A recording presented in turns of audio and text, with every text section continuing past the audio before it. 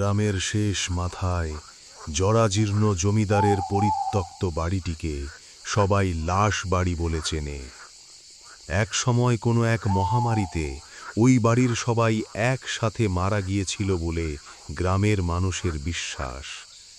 গত পরশু সেই বাড়িতে হঠাৎ করে লণ্ঠনের আলো দেখা যেতে শুরু করেছে। অদ্ভুত ব্যাপার হলো, আলোটা দেখা যায় ঠিক মাঝরাতে এবং সেটা বাড়ির সদর দরজায় ঝুলে থাকে। অপু শহরের ছেলে, বন্ধুদের সাথে বাজি ধরেছে সে ওই লণ্ঠনটা নিয়ে আসবে। গ্রামের প্রবীণ ব্যক্তি রহমত চাচা বারণ করেছিলেন, বাবা, ওই আলো মানুষের জ্বালানো নয়, ওটা রুহের ইশারা। কিন্তু টকবগে যুবক অপু সেসব কুসংস্কারে কান দেয়নি। রাত তখন 12:15।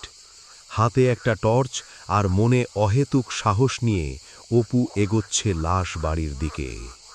ঝিঁঝি পোকার ডাক আর শুকনো পাতার মর্মর শব্দ ছাড়া চারপাশ নিঝুম। যত এগোচ্ছে বাতাসের তাপমাত্রা যেন ততই কমছে। বাড়ির সদর গেটের সামনে আসতেই অপুর গা ছমছম করে উঠল। সত্যি তো, গেটের ওপরের পুরনো কড়িকাঠে একটা পিতলের লণ্ঠন দুলছে। তার ভেতর জ্বলছে অদ্ভুত নীলচে একটা শিখা। অপু কাঁপা কাঁপা হাতে গেটটা খুলল। মরচে ধরা লোহার গেটটা বিকট শব্দ করে কেঁদে উঠল যেন। সে টর্চের আলো ফেলল লণ্ঠনটার ওপর।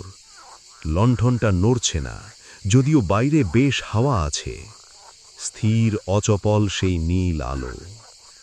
অপু যখন লণ্ঠনটার খুব কাছে পৌঁছল, তখন সে এক অদ্ভুত গন্ধ পেল।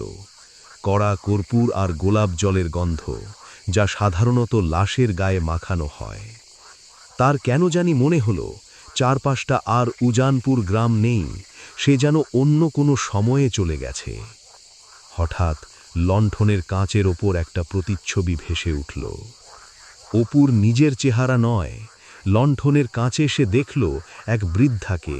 সাদা ধবধবে কাপড় পরা, গর্তে ঢোকা চোখ আর মুখে এক অদ্ভুত মায়া ভরা হাসি।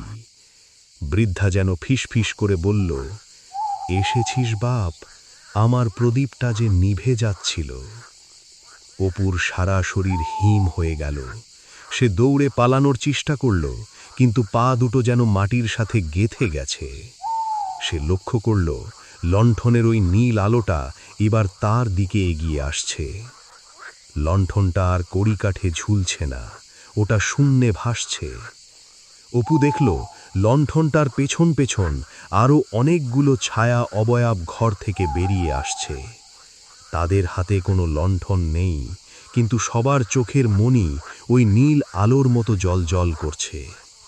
তারা কোনো কথা বলছে না, শুধু অপুকে ঘিরে গোল হয়ে দাঁড়ালো।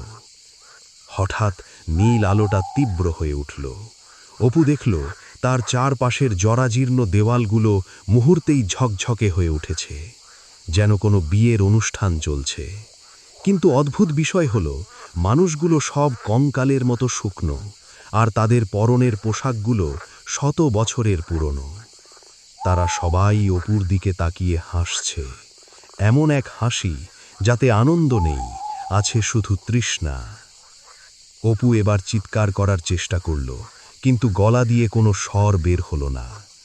ঠিক তখনই সে দেখল ওই বৃদ্ধা তার দিকে হাত বাড়িয়ে দিচ্ছে।